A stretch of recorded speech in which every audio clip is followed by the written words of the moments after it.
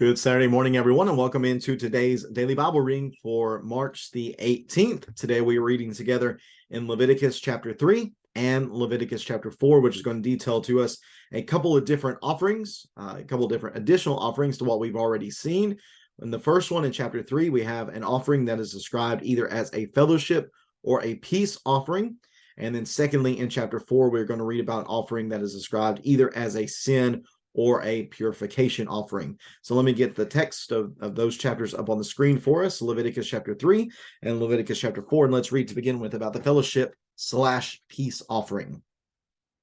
Leviticus chapter 3 and verse number 1, if his offering is a fellowship sacrifice, he is presenting an animal from the herd, whether male or female, he is to present one without blemish before Yahweh. He is to lay his hand on the head of his offering and slaughter it at the entrance to the tent of meeting. Then Aaron's sons, the priest, will splatter the blood on all sides of the altar. He will present part of the fellowship sacrifice as a food offering to Yahweh. The fat surrounding the entrails, all the fat that is on the entrails, and the two kidneys with the fat on them at the loins. You will also remove the fatty lobe of the liver with the kidneys. Aaron's sons will burn it on the altar along with the burnt offering that is on the burning wood, a food offering, a pleasing aroma to Yahweh. If his offering as a fellowship sacrifice is to Yahweh, is from the flock, he is to present a male or female without blemish. If he is presenting a lamb for his offering, he is to present it before Yahweh. He must lay his hand on the head of his offering, then slaughter it before the tent of meeting. Aaron's sons will splatter its blood on all sides of the altar. He will then present part of the fellowship sacrifice as a food offering to Yahweh, consisting of its fat and the entire fat tail, which he is to remove close to the backbone. He will also remove the fat surrounding the entrails, all the fat on the entrails, the two kidneys with the fat on them at the loins, and the fatty lobe of the liver above the kidneys. Then the priest will burn the food on the altar as a food offering to Yahweh. If his offering is a goat, he is to present it before Yahweh. He must lay his hand on its head and slaughter it before the tent of meeting. Aaron's sons will splatter its blood on all sides of the altar. He will present part of his offering as a food offering to Yahweh, the fat surrounding the entrails, all the fat that is on the entrails, and the two kidneys with the fat on them at the loins. He will also remove the fatty lobe of the liver with the kidneys. Then the priest will burn the food on the altar as a food offering for a pleasing aroma. All the fat belongs to Yahweh. This is a permanent statute throughout your generations. Wherever you live, you must not eat any fats or any blood. Chapter 4 of Leviticus. Then Yahweh spoke to Moses, tell the Israelites, when someone sins unintentionally against any of Yahweh's commands and does anything prohibited by them, if the anointed priest sins, bringing guilt on the people, he is to present to Yahweh a young unblemished bull as a sin offering for the sin he has committed. He is to bring the bull to the entrance to the tent of meeting before Yahweh, lay his hand on the bull's head, and slaughter it before Yahweh. The anointed priest will then take some of the bull's blood and bring it into the tent of meeting. The priest is to dip his finger in the blood and sprinkle some of it 7 times before Yahweh in front of the curtain of the sanctuary. The priest is to apply some of the blood to the horns of the altar of fragrant incense that is before Yahweh in the tent of meeting. He must pour out the rest of the bull's blood at the base of the altar of burnt offering that is at the entrance to the tent of meeting. He is to remove all the fat from the bull of the sin offering, the fat surrounding the entrails, all the fat that is on the entrails, and the two kidneys with the fat on them at the loins. He will also remove the fatty lobe of the liver from the kidneys, just as the fat is removed from the ox of the fellowship sacrifice. The priest is to burn them on the altar of burnt offering, but the hide of the bull and all its flesh, with its head and legs, and its entrails and waist, all the rest of the bull, he must bring to a ceremonially clean place outside the camp to the trash heap, and must burn it on a wood fire It is to be burned at the ash heap. Now, if the whole community of Israel errs, and the matter escapes the notice of the assembly, so that they provide any of Yahweh's commands and incur guilt by doing what is prohibited, then the assembly must present a young bull as a sin offering. They are to bring it before the tent of meeting with the sin they have committed in regard to the command, they have committed in regard to the command. Back up. I'm sorry. Verse 14.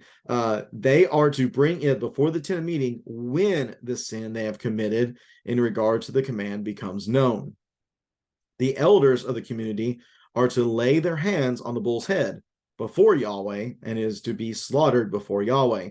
The anointed priest will bring some of the bull's blood into the tent of meeting. The priest is to dip his finger in the blood and sprinkle it 7 times before Yahweh in front of the curtain.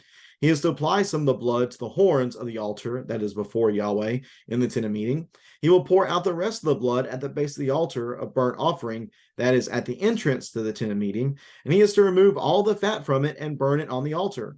He is to offer his bull just as he did with the bull in the sin offering. He will offer it the same way. So the priest will make atonement on their behalf, and they will be forgiven. Then he will bring the bull outside the camp and burn it just as he burned the first bull. It is the sin offering for the assembly. When a leader sins and unintentionally violates any of the commands of Yahweh his God by doing what is prohibited and incurs guilt, or someone informs him about the guilt he has committed, he is to bring an unblemished male goat as his offering. He is to lay his hand on the head of the goat and slaughter it at the place where the burnt offering is slaughtered before Yahweh. It is a sin offering. Then the priest is to take some of the blood from the sin offering with his finger and apply it to the horns of the altar of burnt offering.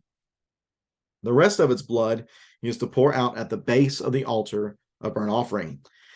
He must burn all its fat on the altar, like the fat of the fellowship sacrifice. In this way, the priest will make atonement on his behalf for that person's sin, and he will be forgiven. Now, if the common people sins, or if any of the common people sins unintentionally by violating one of Yahweh's commands, does what is prohibited, and incurs guilt, or if someone informs him about the sin he has committed, then he is to bring an unblemished female goat as his offering for the sin that he has committed. He is to lay his hands on the head of the sin offering and slaughter it at the place of the burnt offering. Then the priest is to take some of the blood with his finger and apply it to the horns of the altar of burnt offering. He is to pour out the rest of its blood at the base of the altar. He is to remove all its fat, just as the fat is removed from the fellowship sacrifice. The priest is to burn it on the altar as a pleasing aroma to Yahweh. In this way, the priest will make atonement on his behalf, and he will be forgiven. If the offering that he brings as a sin offering is a lamb, he is to bring an unblemished female. He is to lay his hand on the head of the sin offering and slaughter it as a sin offering at the place where the burnt offering is slaughtered. Then the priest is to take some of the blood of the sin offering with his finger and apply it on the horns of the altar of burnt offering. He is to pour out the rest of its blood at the base of the altar. He is to remove all its fat, just as the fat of the lamb is removed from the fellowship sacrifice. The priest will burn it on the altar, along with the food offerings to Yahweh. In this way, the priest will make atonement on his behalf for the sin he has committed, and he will be forgiven. And that is Leviticus chapter 3 and Leviticus chapter 4. Going back to chapter 3, looking at the fellowship offering, or is also known as the peace offering. This was a free will offering. That's when it was given. Sometimes it was just given, someone felt very appreciative for something that they had received. Things were just going really well, and they felt a desire to offer this sacrifice to Yahweh. They could do that. Especially if there are feelings of thanksgiving on the heart of the person, they could do this. Maybe they had made a vow that they would give this sacrifice if something else happened. They could give this sacrifice as well.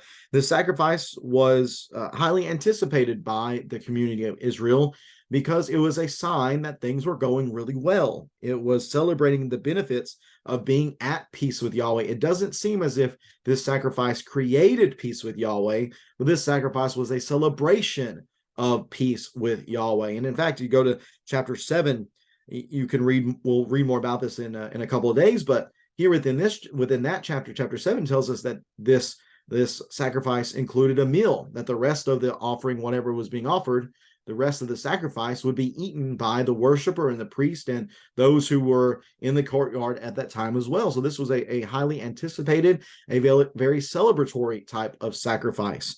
Now, it could be a sacrifice from the herd, so a male or female cow. It could also be a male or female from the flock. It could be a goat. Whatever it was, it could be, again, the fat portions specifically, the fat portions, the fat on the entrails, the kidneys, the fatty lobe of the liver, all of that would be sacrificed to Yahweh, but the rest of it, again, could be enjoyed by the people. Now, in verses 16, at the end of verse 16, specifically, all fat belongs to Yahweh. Why? Why would the fat itself belong to Yahweh? Some say, well, it's just because it is inedible. Well, I mean, not all fat is inedible. There's plenty of fat on bacon. Of course, that really wouldn't help the Israelites, since pork was unclean. But think about a ribeye. Ribeye's got plenty of fat on it, and it's delicious. And I think that's really the point, is that fat was seen as the best of an animal thing. When was an animal described as being very healthy? Whenever it was fat and plump. How were the Israelites described as enjoying the land? They enjoyed the fat of the land. So this portion of the animal was known as the best portion of the animal. So the best must be given to Yahweh, and that was his portion in this case. The rest of it could be enjoyed by the people, again, as a celebration for being at peace with Yahweh. But there's a second thing that's given here, second principle is going to carry over throughout the entirety of the law of Moses, and it is the fact that they could not eat any blood. Well, why not? Well, once we get to chapter 17, we're going to read that the life of the animal, the life of anything is in the blood, and it is given on the altar for atonement. That belongs to God. It is the price of sin. Therefore, it would be given to God and not to people. We're going to see more of that here in chapter 4. So speaking of that here in chapter 4, looking at the sin or the purification offering, these sacrifices would offer purification for the people. If there was sin that was present, that would break fellowship. They would become impure. So this offering would be given for that purpose, to purify those who were impure, whether that be the high priest or not. Verse number 3, the anointed priest, or I believe this to be the high priest, if we understand correctly, chapter 6, verse 22, and chapter 21 and verse number 10 speaks about the anointed priest being the high priest. Same thing going back to Exodus chapter 21 and verse number 7. So if the high priest was the sin, which seems like a big deal, then it will require a strong sacrifice. A young bull would have to be given. So the blood of this young bull would have to be sprinkled 7 times before the curtain of the Lord and the sanctuary. So standing in the holy place, I assume facing the most holy place, they had to sprinkle blood 7 times there. Then there would have to be some blood that had to be applied to the horns of the altar of fragrant incense that's in the holy place. And then finally, the rest of the blood would be poured out at the basin of the altar of burnt offering. That would take place with the sin of the high priest. Again, the fat would be given to Yahweh, the fatty lobe of the liver. All this would be given to Yahweh. It would be burned on the altar, burnt offering, but then the hide would be taken outside the camp and burned at a ceremonial clean place there. But again, big sin, because of the individual, required big sacrifice. Same thing whenever it came to the whole community of Israel. They were all guilty of sin, which we can read plenty of times within the story of Israel, that they were all guilty of sin for rebellion and such. Whenever that took place, again, a bull would have to be given as the sin or the purification offering. The elders would be the ones who would take this, and they would slaughter it. Again, the anointed priest, the high priest, would dip his finger in the blood, sprinkle it 7 times before the Lord in front of the curtain in the holy place, and then he applied some of it against the horns, the altar of incense. Yes, that's correct. And then, or maybe not. Let me read this again. He has applied some of the blood to the horns of the altar that is before the Lord in the yes, that's correct. And the incense there, and then he would pour the rest of it out at the base of the altar of burnt offering. Again, the fat would have to be addressed, given on the altar and such, and that would take place there. So verse 22 then talks about the leaders. Whenever the leaders sinned, a male goat would have to be given on their behalf. The blood would be applied to the horns of the altar burnt offering, so outside in the courtyard. The rest of it would be poured out at the base. When a common person sins, they could give a female goat or a female lamb. And again, both of these would be applied. The blood would be applied to the horns of the altar burnt offering. The rest of it would be poured out there at the base of the offering. But in doing this, the text tells us that this would make atonement for the person and their sins would be forgiven. And that's the purpose here, to forgive sins. Well, what type of sins are being addressed here? Well, in chapter 4, the sins being addressed are those of unintentional sin.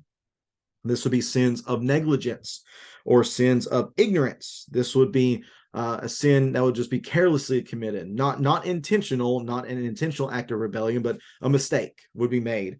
But even with these mistakes, when these mistakes were acknowledged, whenever they were identified, whenever you were informed, hey, you did this, you shouldn't have done this, whenever that is acknowledged, and whenever remorse would then set in, it would be at this time that these sin offerings, these purification offerings, would be forgiven. So even with these sins that were not intentional, because of the nature of sin and the separating power that it has between a human and God, they had to be offered. And that teaches us again about the seriousness of sin.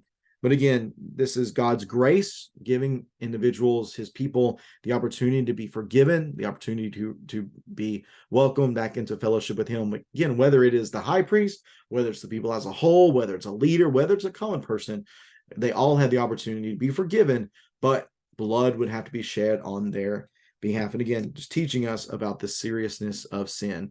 I said it yesterday, I'll say it again, I'm thankful that this is not something that we have to deal with. I'm thankful for Jesus' sacrifice. And of course, that's what these sacrifices are all pointing toward, ultimately, is the sacrifice of Jesus.